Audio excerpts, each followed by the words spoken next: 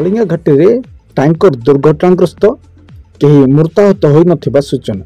दर्शक बंधु आपण माने छवि देखुछंती जहाँकि यह टैंकर कलिंगा घाटर प्रथम बुलानी रे दुर्घटनाग्रस्त होइथिबा देखिबाकु मिलिछि।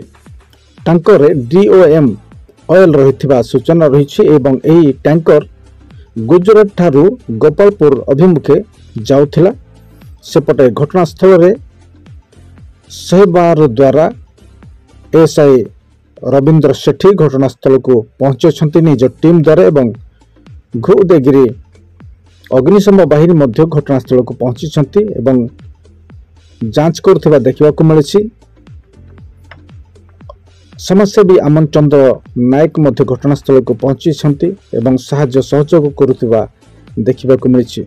2025 मसीहार यह 8म नंबर दुर्घटना बोली सूचना रही।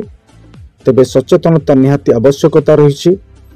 नूतन भाव में यह रास्ता दे जो ड्राइवर गाड़ी नहीं जाउछंती सेमानक निमंते सतर्कता अधिक आवश्यकता रही। किपरि भाव से माने घाटी को पार करिवे निजे सुरक्षित भाव में सेथिपई सतर्कता अवलंबन करने आवश्यकता रही।